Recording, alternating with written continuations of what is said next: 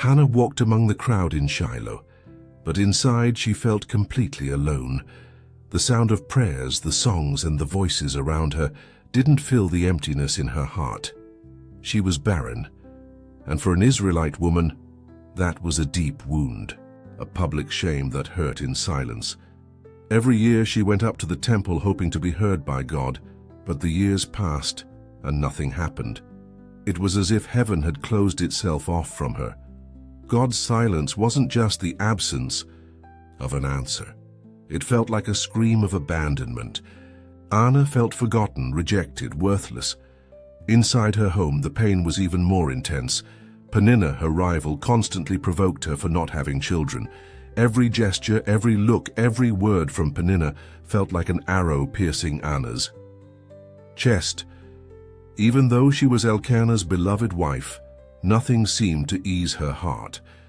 After all, how can you find peace when your soul is at war? Anna could no longer smile at the blessings of others. What once was a table of family fellowship had now become a battlefield of emotions. Elkanah, trying to comfort her, would say, "Aren't I better to you than 10 sons?" But that question only showed how deeply he didn't understand her pain. Anna didn't want substitutes. She wanted to be heard by God. She wanted to feel like her life had purpose. The absence of children was more than just a physical void. It was the feeling that her existence was incomplete. Though Elkanah loved her, Anna longed for something only the Lord could give, an answer from heaven. The hardest part was holding on to faith when everything around her said otherwise. Year after year, Anna went up to Shiloh. Year after year, she came back with empty arms. Peninnah returned with her children running through the courtyard. Anna came back with more tears. Her heart carried not only the absence of children, but the heavy burden of a silence that lasted too long. Her faith was beginning to wear thin. And hope? It seemed to be fading away with each passing year. Anna wasn't a weak woman. She endured everything with dignity, but her soul was tired. The tears didn't just come because she wasn't a mother. They came because she felt forgotten by God. It was as if her prayers never reached beyond the ceiling, as if her words got lost in the wind. Every day that passed without an answer, Anna asked herself, "Does God still see me?" Doubt began to blend with the pain, and her soul could no longer tell the difference between faith and discouragement. The voices around her were many, voices that reminded her of what she lacked, voices that mocked her, voices that tried to comfort, voices that didn't understand. But there was one voice she longed to hear the most, God's voice. Anna didn't want human explanations. She didn't want pity or empty advice. She wanted an answer from the throne, something that would renew her soul, something that would say, "I am with you." But heaven remained silent, and it's in that silence that Anna's story starts to gain depth. Because it's in the silence that many of us get lost too, and it's in the silence that God, in His mysterious ways, prepares the turning point. But for now, Anna only feels the weight of unanswered prayers. God's silence makes her question herself, her faith, her worth, and even without knowing it, she was about to experience one of the greatest encounters of her life. But that was still to come. She walked slowly toward the temple, her heart heavy with pain and her eyes blurred by tears. Hannah didn't speak to anyone. There were no words to explain what hurt inside. It was a pain too deep for advice, an emptiness that even time couldn't fulfill. The other women carried their children in their arms. Hannah carried only a broken heart. While everyone else celebrated, she knelt down in silence. It was the kind of pain no one sees, a storm inside, hidden behind a weary face. Hannah knew how to smile on the outside, but inside her soul was bleeding. Before the altar her hands trembled. She tried to pray, but couldn't form sentences. She only moved her lips, trying to give voice to her soul. No words came out, only tears. tears that spoke louder than any verbal prayer. Right there on the temple floor, Hannah poured out her soul before the Lord. No rituals, no speeches, no detailed requests, just a bare heart before God, a painful, honest, intimate cry. Hannah was pouring herself out, and even if no one understood, she knew she was being heard, or at least she hoped she was. As she cried, someone watched her from a distance. Eli the priest saw her lips moving without sound and her anguished expression, but instead of discerning the pain, he judged by appearances. He thought Hannah was drunk. Instead of comfort, she was met with accusation. "How long will you stay drunk?" he asked. That question could have crushed her, but she didn't respond with anger. She wasn't there for human approval. Even misunderstood, she replied with humility. She said she was simply pouring out her soul before the Lord. Eli's misunderstanding reflected what many around her also did, judging without knowing. People looked at Hannah and saw only a quiet, perhaps bitter woman. They had no idea what she faced every single day. How often are we like Eli, quick to judge, slow to understand? Hannah was in one of the most fragile moments of her life, and instead of support, she received suspicion. Still, she remained on her knees. Deep down, she knew only God could see beyond the surface. Hannah wept, but her eyes weren't just filled with sorrow. They held hope. Every tear was an unspoken prayer, a cry only heaven could interpret. How often does the soul pray with tears when the mouth can no longer find words? Hannah was living that exact moment. It was a silent prayer but full of truth, and unlike what Eli thought, that moment was the most sacred of her life. God was listening, even in silence, even if nothing had changed, even if she didn't know. There are pains that can't be explained. There are sufferings we can't even share with the ones we love most. Hannah lived that reality. It wasn't just the absence of a child. It was the weight of years waiting, trying, believing, and nothing. Her weary heart didn't know how to keep hoping. And yet there she was at the altar on her knees once again. No demands, no forced promises, just her and God, her soul, bare, honest, tired, but still present. And in that temple silence, Hannah was being transformed, even if she didn't realize it. The absence of words didn't mean the absence of faith. On the contrary, sometimes faith grows deepest in pain that has no explanation. What no one saw was exactly what God valued most. And though the story had not yet unfolded, something was already happening in the unseen. Hannah's cry was reaching heaven, but for now, all that could be seen was a woman on her knees, with tears. No one understood. Hannah could have given up that day, after being misunderstood by the priest, after years of waiting, after prayers that seemed to vanish into the wind. Anyone else might have walked away, but she didn't. On the contrary, she kept coming back to the temple again and again, even without guarantees, without signs, without any immediate answers, because there was something inside her, a seed of faith that stubbornly kept believing. Even if small, even if tired, that faith kept pushing her forward. She learned how to kneel without receiving, to pray without hearing, to trust without seeing. Hannah's faith wasn't built on results. It was built on who God was. And that's why she came back, day after day, year after year. Hannah had no control over time or over her womb, or over how others looked at her, but she did have control over her choice to keep trusting. And even if she couldn't explain it, she chose to believe. Even if God seemed silent, she believed heaven was still listening. Her days at the temple became a refuge for her soul. It wasn't just about receiving a child anymore. It was about pouring herself out before God. Her faith was no longer just a request. It had become a surrender. Hannah trusted the Lord not just as someone who wanted something, but as someone who loved someone. Her womb was still empty, but her heart was beginning to fill with something greater. Even in the pain, she didn't distance herself. Even without answers, she stayed. Many people have faith when things are going well, when miracles happen, when there are clear signs. But Hannah had resilient faith, a faith that wasn't offended by silence, that didn't give up in the waiting, that didn't die with time. She kept believing that even without seeing, God was still working. Her faith wasn't a momentary feeling, it was a daily decision, a stubborn choice to keep trusting, even when everything seemed lost. Every time she climbed the steps to the temple, Hannah was saying without words, "I'm still here. I'm still believing. I'm still waiting. I'm still standing even though I'm wounded."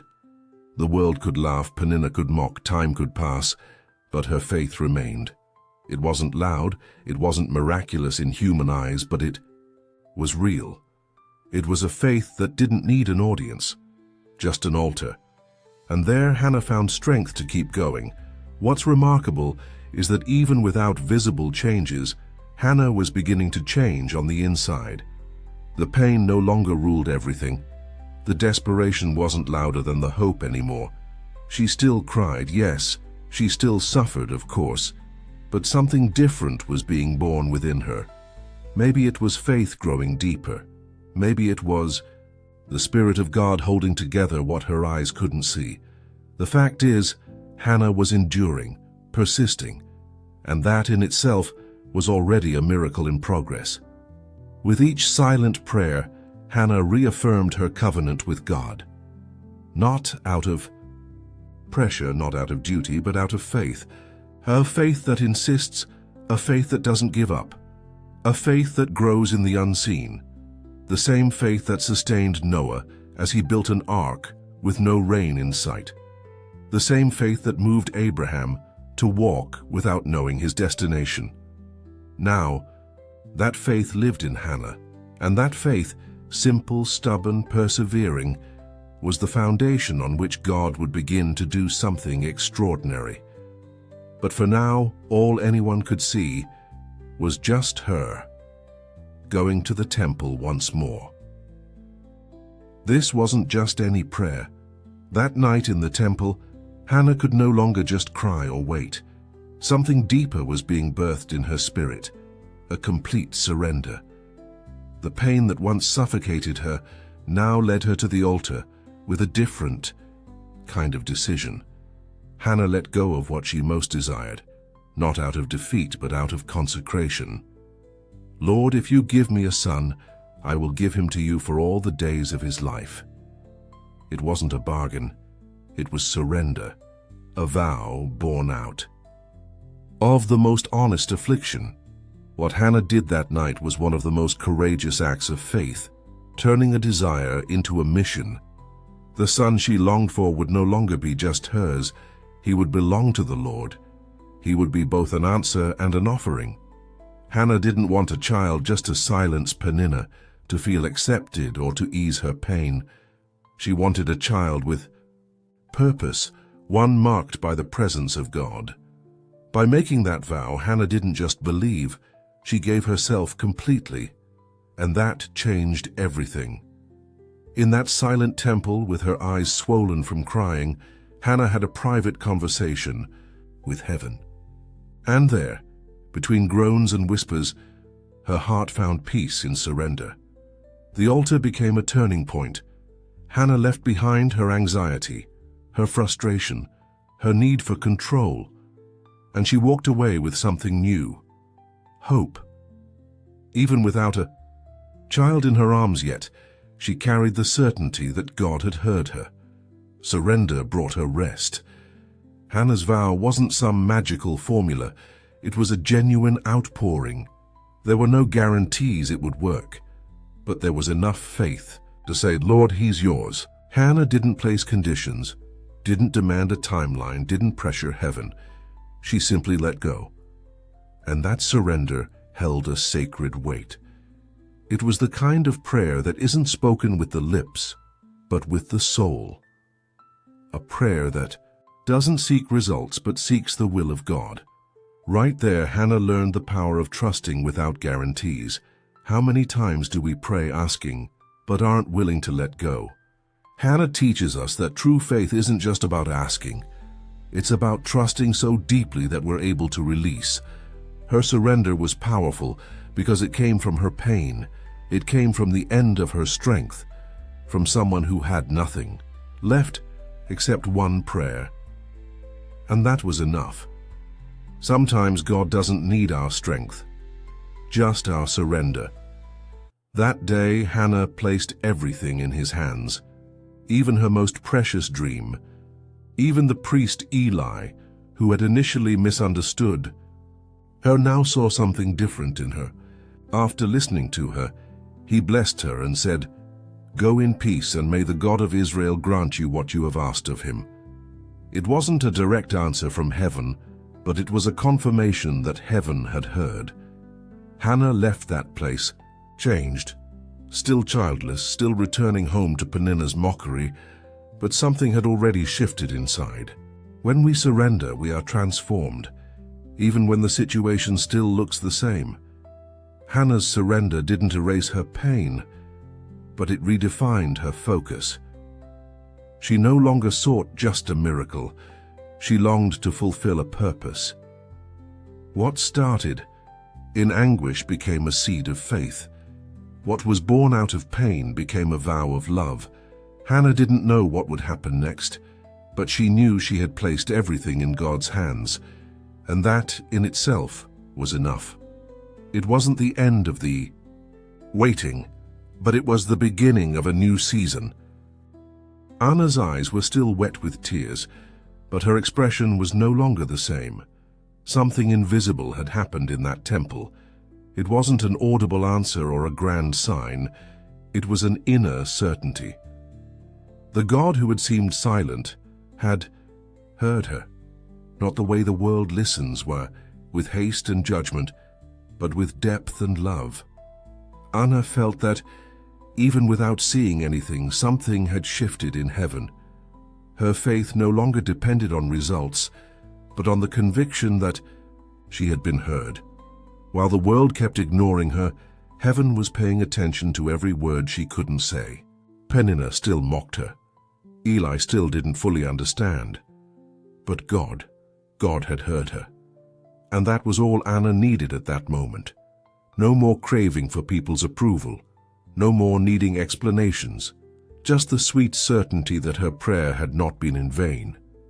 And it is this kind of divine listening, so silent and yet so powerful, that can redirect the course of the soul. When Anna left that temple, she was not yet pregnant. She had no tangible answers, no physical signs, no clear evidence of a miracle. But she had something stronger than all that. Peace. A peace that didn't come from visible outcomes, but from a supernatural trust. The Bible says, her face was no longer downcast. That means even without external changes, Anna had already been renewed from within. When God listens, he doesn't just shift circumstances, he transforms hearts. Anna's faith now walked ahead of the facts. She chose to trust before seeing, to praise before receiving, to smile while her womb was still empty. That is the mark of true faith. It doesn't wait for the miracle to give thanks. It doesn't demand answers in order to go on. Anna no longer needed to fight with Peninnah or argue with those who couldn't understand her pain. Her battle had changed, and she had already won it within. While many around her didn't notice any difference, Anna carried a secret in her spirit. She knew God had leaned down to hear her. And when heaven leans in, the earth gets ready. The world might not notice when you kneel to pray. It may never understand your silent prayers, your tears on the pillow, your sleepless nights. But God sees, God hears, God works in the unseen. And the most precious part, he answers when we least expect it. Anna teaches us that being heard by God is more important than being understood by people. The world may call it exaggeration, madness, or desperation, but God calls it faith. And Anna's faith, born in silence and watered by tears, began to bloom in that very moment. Even though nothing had changed on the outside, everything had changed on the inside. Her face showed it, her walk, her voice, her hope. Everything now carried the mark of trust. God's presence was the greatest gift Anna received that day. She didn't come back with human guarantees, but with a divine promise in her heart, unspoken, yet beating strong inside her. Anna understood that God doesn't need to shout to bring transformation. A gentle touch from Him is enough to reignite everything. And that afternoon, Anna returned home with something no one could ever take away, the unshakable certainty that she had been heard by the God who sees in secret. The mornings that were once filled with silent tears now began with whispered praises. Hannah had conceived. The once empty womb, source of shame and humiliation, now carried the promise of God. Time passed like a wind filled with hope, and finally Samuel was born. A name that wasn't just a record, but an eternal mark, because I asked the Lord for him. Hannah didn't just have a son, she gave birth to a miracle. Every breath that child took was living proof that heaven answers sincere prayers. When Hannah held Samuel for the first time, she didn't just see a baby. She saw the faithfulness of God wrapped in flesh and blood. Those tiny fingers, curious eyes, and soft cries announced something extraordinary. The God who once seemed distant had leaned down to listen. Everything Hannah had felt in the temple now became real before her eyes. God had turned her pain into life, her waiting into a divine answer. The promise didn't remain in the invisible. It came into the world with a name, a face, and a destiny. People in the village whispered. Some were astonished at Hannah's sudden change of fortune. Others, perhaps silently, acknowledged only God could have done that. And while Peninnah now fell silent before what she saw, Hannah walked every day with Samuel in her arms and gratitude in her heart. The child grew, and so did that mother's reverence for the one who never fails. What once was scorn became reverence. What once was doubt became conviction. But Hannah knew Samuel wasn't just hers. He had come as the result of surrender, the answer to a prayer sealed with a vow. As the boy grew and spoke his first words, Hannah remembered what she had promised, and every giggle from Samuel, every step he took, every night she rocked him. To sleep with care was also preparation for the moment she would give him back. The miracle hadn't come to be kept. It had come to fulfill a much greater purpose. Hannah's love for Samuel was immense, but not possessive. She had carried him, but she knew he belonged to God. That awareness didn't lessen her affection, it deepened it. She dressed him with tenderness, but also with prayer. Every piece of cloth she stitched was a seed of faith, sown with tears and hope. Hannah was building not just a home, but an altar, a place of silent consecration. Samuel wasn't ordinary, and she knew it. Samuel's birth didn't just change Hannah's story, it began to shape the story of an entire nation. The boy who came from the womb of a barren woman would become a prophet, a counselor, a priest, an instrument of God in decisive times. But in that moment, he was still just a baby sleeping in the arms of a woman who had learned to trust in silence, to wait without seeing, to believe even when everything said no. And now Hannah saw with her eyes what she had once only felt by faith. Every detail of Samuel's life seemed to carry a divine seal. From his first cry to his innocent smile upon hearing his mother's voice, everything shouted, "God is faithful." Hannah knew her role didn't end there. It was only beginning. The birth of the impossible was just the start of a new story, a story that wouldn't speak only of a personal miracle, but of an eternal purpose. And even with her heart full, she remembered, there was still something that needed to be fulfilled. The day had come. The day had come. A day many mothers would avoid. but Hannah faced it with a steady heart and tearful eyes.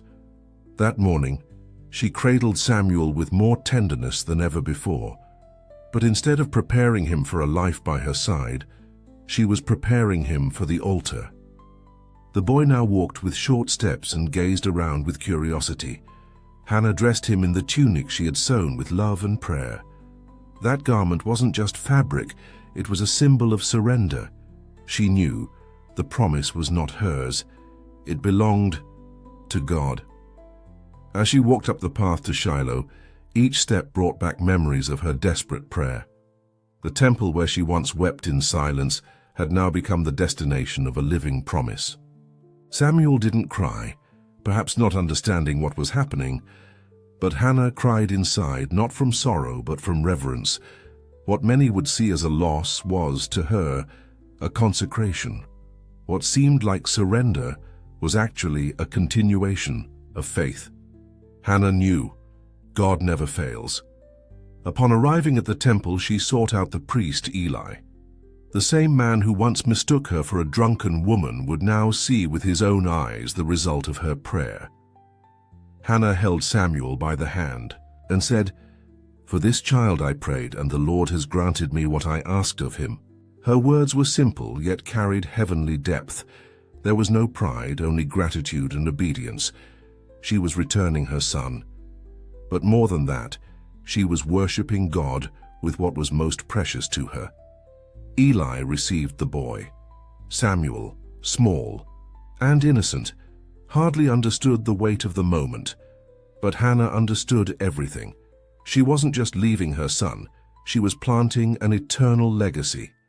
There stood the fulfillment of a vow made in the valley of affliction. There stood a faith that endured even when heaven seemed silent. The temple was now Samuel's new home, and the altar, his new path. Hannah didn't hesitate. She didn't retreat. She gave. Her mother's heart, though tight, remained at peace. Hannah had not lost Samuel. She had consecrated him. What was, born as an answer, would now become an instrument of transformation.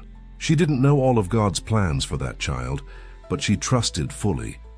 The same God who opened her womb was the God who would care for Samuel. There was no doubt, no anguish, only faith. And it was that faith that carried her steps back, home without her son in her arms, but with certainty in her heart. Every woman in Israel would hear her story with awe and wonder. After all, what mother gives up the child she longed for so deeply? But Hannah wasn't seeking human recognition. Her aim had always been God. The answer she received wasn't an end. It was the beginning of a covenant. The vow had been fulfilled, and now the story of the promise would unfold in ways she could not foresee. But she didn't need to see. She only needed to believe, and that Hannah did like few ever could. The temple, once the setting of silent tears, now became a witness to mature, deep and obedient faith.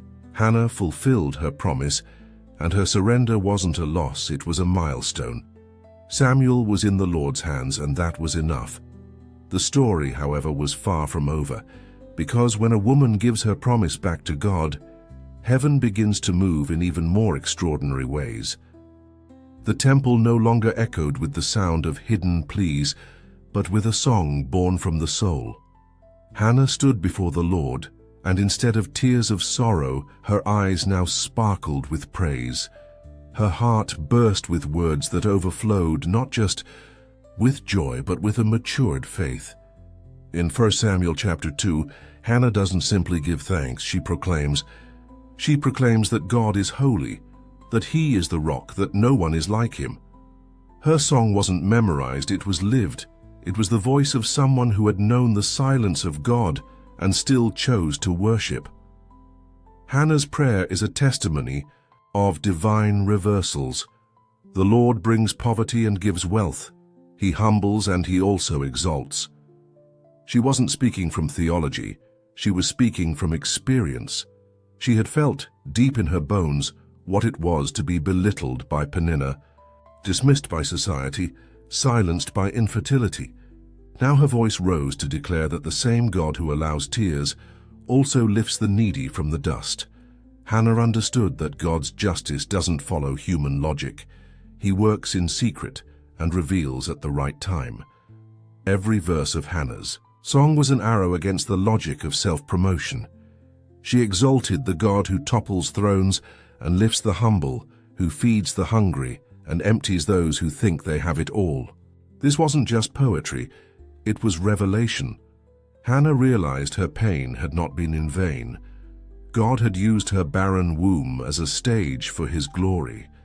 The woman once humiliated had now become a prophetess of a kingdom to come where the last would be first. It wasn't just an answer, it was redemption. She didn't ask for anything else. She simply worshipped. Her praise was deep because it had been forged through a process. It wasn't a shallow song, but a living memorial of everything God had already done. Hannah didn't sing only because of Samuel. She sang because of who God had revealed himself to be throughout the journey. She had seen him in the silence, felt him in the waiting, and embraced him in the surrender. And now she exalted him with understanding. Her prayer wasn't the end. It was the start of something spiritual. In her song, Hannah pointed to something far greater than herself. She said, "The Lord will judge the ends of the earth. He will give strength to his king and exalt the horn of his anointed." It's astounding. Hannah spoke of a king before Israel even had one. She was prophesying about the Messiah, the Christ to come. Without realizing it, her praise reached across the centuries to announce the Savior. This shows that when the faith of a simple woman is surrendered to God, it becomes an instrument of eternal revelation. Hannah was no longer just a mother. She was a prophetic voice. Hannah's worship teaches us that the purest praise doesn't come after the victory, but through the understanding of who God is. She didn't glorify God just because she received a son, but because she had encountered the very character of God. The faith birthed in humiliation was now bearing the fruit of wisdom. Hannah praised not only with her voice, but with her story. Her prayer became a school of faith for everyone. Who thinks God is taking too long? His timing is not a delay. It is preparation. And so Hannah walked out of the temple transformed once again. Her life had become a living prayer. Her steps testified of a God who hears, who answers, and who transforms. The prayer that was birthed from the womb of faith did not end there. It began to echo beyond time. Because when a woman chooses to worship in the midst of pain, heaven responds with power. The story isn't over. There are more promises to be fulfilled, more plans being revealed, and Hannah is just at the beginning of something much greater. Time passed, but God's faithfulness remained unshakable. Hannah, who was once remembered for her barrenness and tears, was now known for her faith and abundant harvest. The woman who had once been mocked now inspired admiration for her surrender to the Lord. In his justice, God didn't forget the vow, the pain, or the silent faith. He responded with more than Hannah could ever have imagined. Beyond Samuel, he gave her more children. The womb, once called closed, had become a symbol of divine multiplication. But this wasn't just about children. It was about complete restoration. Hannah was now seen with honor, and her name was spoken among the women of Israel with respect and reverence, not because of titles, but because of her testimony. What was once a source of shame had become a stage for God's glory. The woman who once wept alone in the temple was now surrounded by visible blessings. Samuel's miracle wasn't a one-time event. It marked the beginning of a new season in her life. God honored the faithfulness of a woman who gave up what she held most dear. And how did Hannah handle all of this? With humility. She didn't use her new status to take revenge or to exalt herself. On the contrary, she kept serving, praying, and worshipping. It was as if the more God blessed her, the more her heart surrendered to him. She knew that everything came from God, even the honor she now experienced. Hannah teaches us that the true reward of faithfulness isn't just what we receive, but who we become in the process. And she had become a mature, strong, and fulfilled woman. Peninnah, who once mocked her, was now silent. Not because Hannah confronted her with words, but because Hannah's life had become the answer. God exalted her in front of those who had humiliated her, without her needing to defend herself. That's how our God works. He honors those who honor him. And when the reward comes from the Lord's hands, it's complete. Body, soul, and spirit. Now Hannah had peace, the kind no amount of mockery had ever allowed her to feel. A peace that only the presence of God can bring. Samuel grew, and every time Hannah saw him serving in the temple, her heart overflowed with gratitude. That boy was more than a son. He was a reminder that God hears, answers, and cares. The other children who came after didn't diminish her joy, they multiplied it. She had sown with tears, but now she was reaping with songs. Her house was full, her heart was grateful, her soul was steady. Hannah didn't just overcome pain, she was transformed by it. Hannah's faithfulness teaches us that when we give to the Lord, we don't lose, we multiply. Her story is proof that when we put God first, he takes care of the rest with care and generosity. Hannah wasn't faithful to receive, she was faithful to obey. And it was precisely that selfless surrender that drew divine favor. God cannot resist hearts that are broken and obedient, and he rewrote the end of Hannah's story with chapters even she could never have dreamed of. And even with all those blessings, Hannah didn't grow complacent. Her life remained an altar of worship. She knew the greatest reward wasn't the children or the honor, it was the certainty that God was with her. Hannah had learned to love the presence of God above any blessing, and that's where the story gets even deeper, because the woman who once cried out for a child now overflowed with faith, maturity, and purpose. But what God was still about to do would go far beyond Hannah. The boy who was once given by his mother to the temple was no longer just another child in Shiloh. Samuel, the result of an afflicted womb and sincere prayer, was growing in wisdom and grace before God and men. He wasn't just loved by his mother. He was watched by all the people as someone different. While Eli's sons were becoming corrupt, Samuel was being shaped in the silence of God's presence. Every step he took in the temple was full of purpose. God was already designing something much greater than Hannah could imagine. The one born of a promise was now the answer for an entire people. Samuel began to hear God's voice while still a boy, at a time when the word of the Lord was rare. The silence that once caused Hannah pain was now being broken through her son. Israel had no king and was drowning in spiritual confusion, but God was raising a new time, and Samuel would be the instrument. Hannah's decision long ago in a vacant temple was beginning to impact the destiny of an entire nation. Samuel's calling wasn't early by accident. It was prophetic. God chose him in the womb, but Hannah's surrender was the key that unlocked the movement. The faithfulness of one woman made a way for heaven to manifest on earth. Samuel wasn't just a prophet speaking in God's name. He restored hope, corrected paths, and prepared the arrival of the king. Every word that came from Samuel's mouth did not fall to the ground. He was integral, filled with fear and courage, even in times of corruption. The people saw something rare in Samuel: consistency.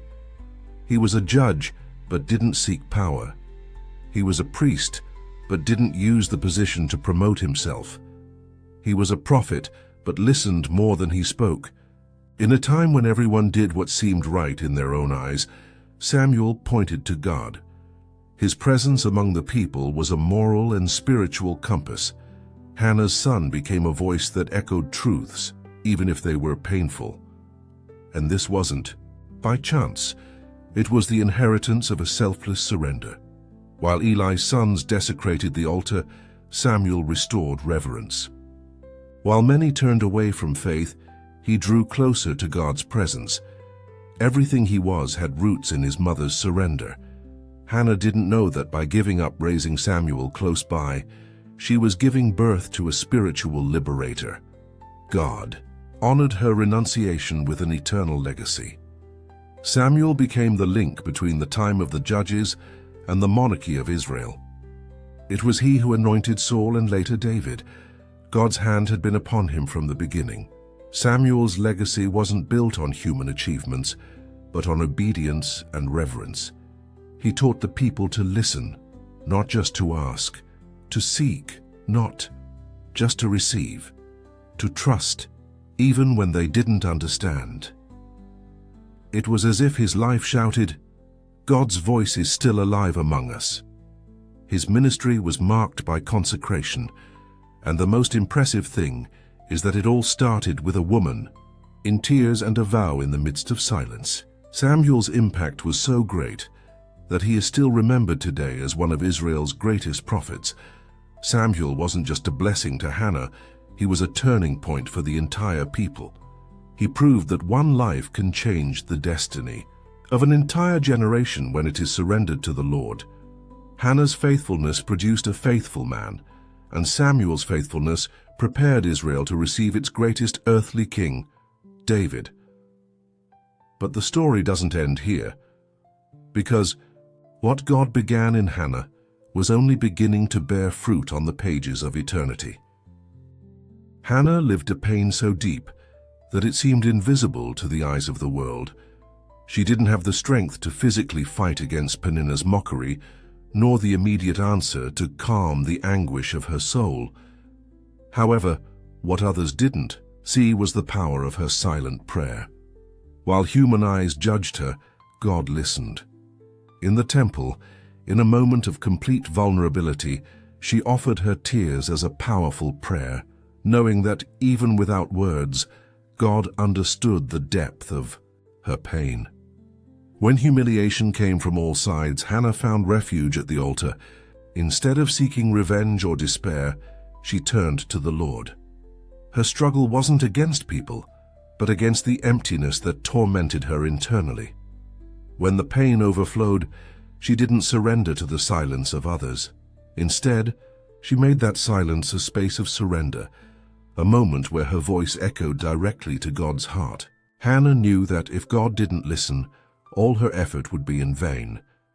But by trusting in Him, she knew everything would be transformed.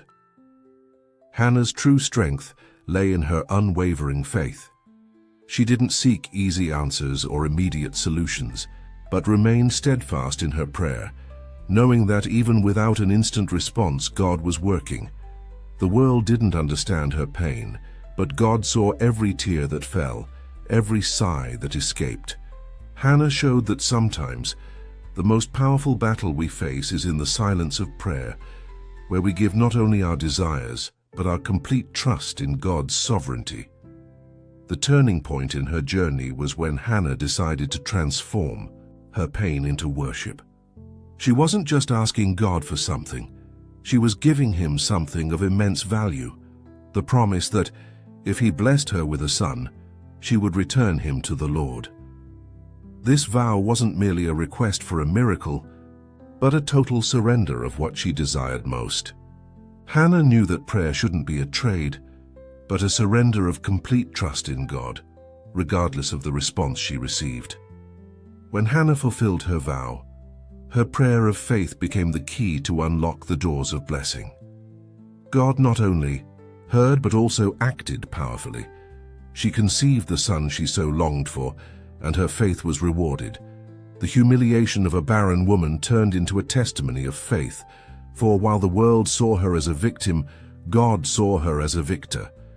Her prayer was more powerful than any word of mockery or disdain. Hannah's prayer was heard in heaven and answered all her anguish. By fulfilling her promise and dedicating Samuel to the Lord, Hannah teaches us a profound lesson.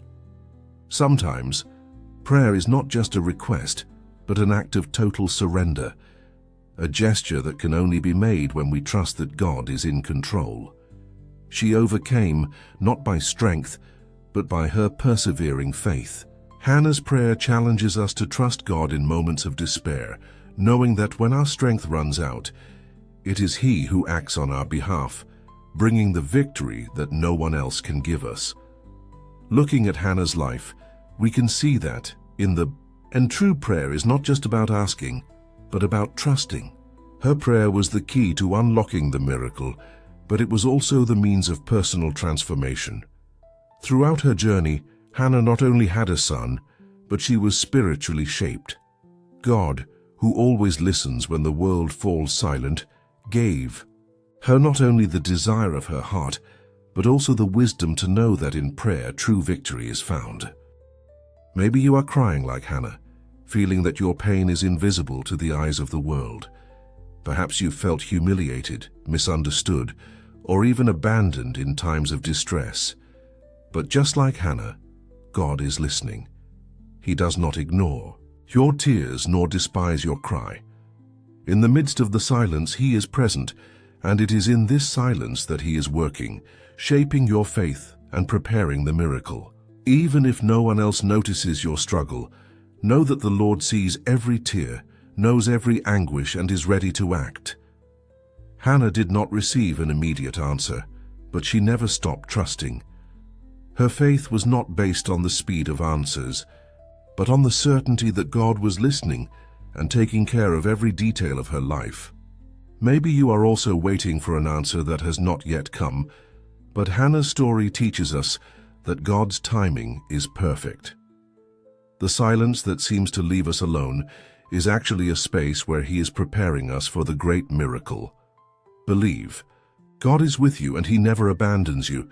Just like Hannah, who made a vow and trusted the Lord even before seeing the answer, you must surrender your pain, your struggle, your fears, and your hope into God's hands. It doesn't matter what the world says or what you are facing now. Your faith needs to be stronger than any obstacle. The Lord has not forgotten you.